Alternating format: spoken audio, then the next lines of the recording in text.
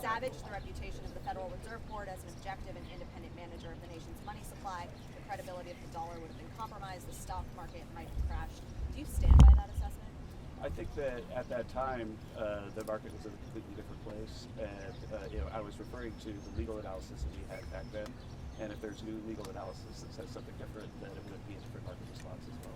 Do you think it would be a problem to fire it now? The Trump team, or the U.S. team and China, President Trump says, are communicating in talks on a potential deal. Can you discuss any more of what that looks like? I can't discuss anything or about just China right now. anything that might progress from that? I'm sorry, I don't have anything to add. Okay. So do you think firing? Get another question then, right? 'Cause it's no fair if you ask me a question that I can't I know you mentioned that there was something about 15 or potentially 20 deals on the table the last time we checked in. Do you have an update on that number? It's more than 15 now that I asked Jameson here yesterday to give me a readout. And a deal on the table is specifically, like people have listed here, are the things we're willing to do. And they're really big steps forward for the American worker. And going off of my colleague's question, do you think firing Jay Powell is an option now in a way that it wasn't before? The president and his team will continue to study that matter. But what impact do you think it would have in the President market? Xi and Trump actually spoken? Excuse me? Have President Trump and President Xi Jinping spoken? I don't have any data on China right now. Has China reached out? I guess not anything data on China. We could keep going, but no. I don't You have mentioned anything there's more on than China. 15 deals Yeah, on the back table. here. Is there- Jordan Conrad from Gateway Pundit. I have two questions. So firstly, President Trump has brought in over $21 billion in revenue, but he's facing criticism from the media for that number not being higher. Do you expect that number to increase, and how does that number 21 billion compare to previous administrations? Well, what's going to happen is that revenue is going to go up a lot, and revenue is going to go up a lot from the tariff revenue, from the people who continue to send stuff into the U.S. But when we create jobs in the U.S., that's also going to increase tax revenue by a lot. If you think about imports in the U.S., it's about 16% of GDP, and 14 to 16%, and let's say 85% is domestic production. And so as stuff moves on shore domestically, then you could create a lot more revenue than you get from the tariff.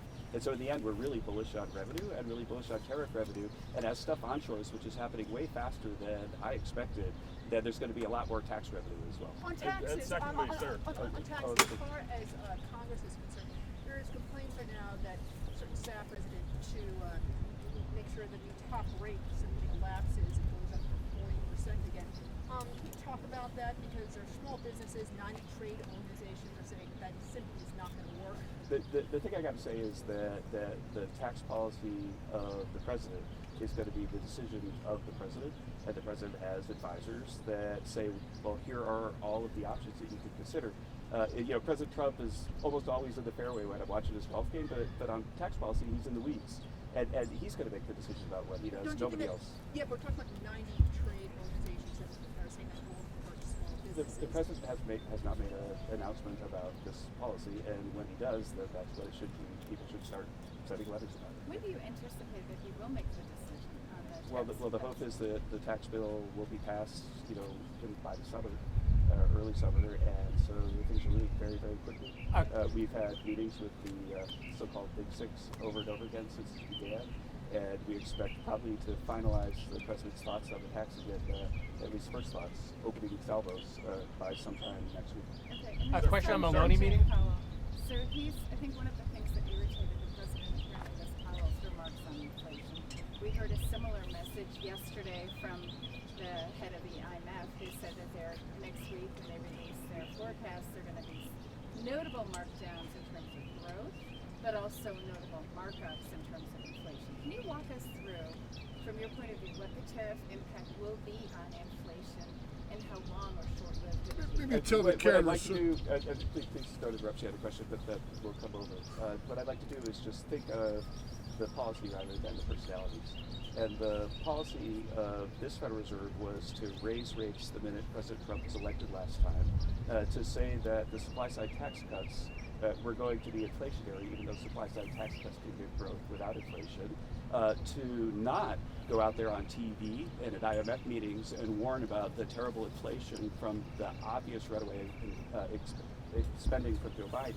And the obvious runaway spending from Joe Biden was textbook inflationary, and we didn't see anybody warning about that.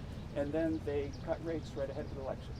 And so if you think that it's unacceptable for President Trump to be frustrated with the policy history of the Fed. And I think that you gotta, like some explaining to do. And so I think that, we'll see what the record is. But right now what we're seeing is that the tariffs are onshoring activity at a remarkable rate, that capital spending is moving towards an all-time high, that the jobs numbers were way better than we expected, maybe about 70 or 80,000 jobs higher than we expected last month.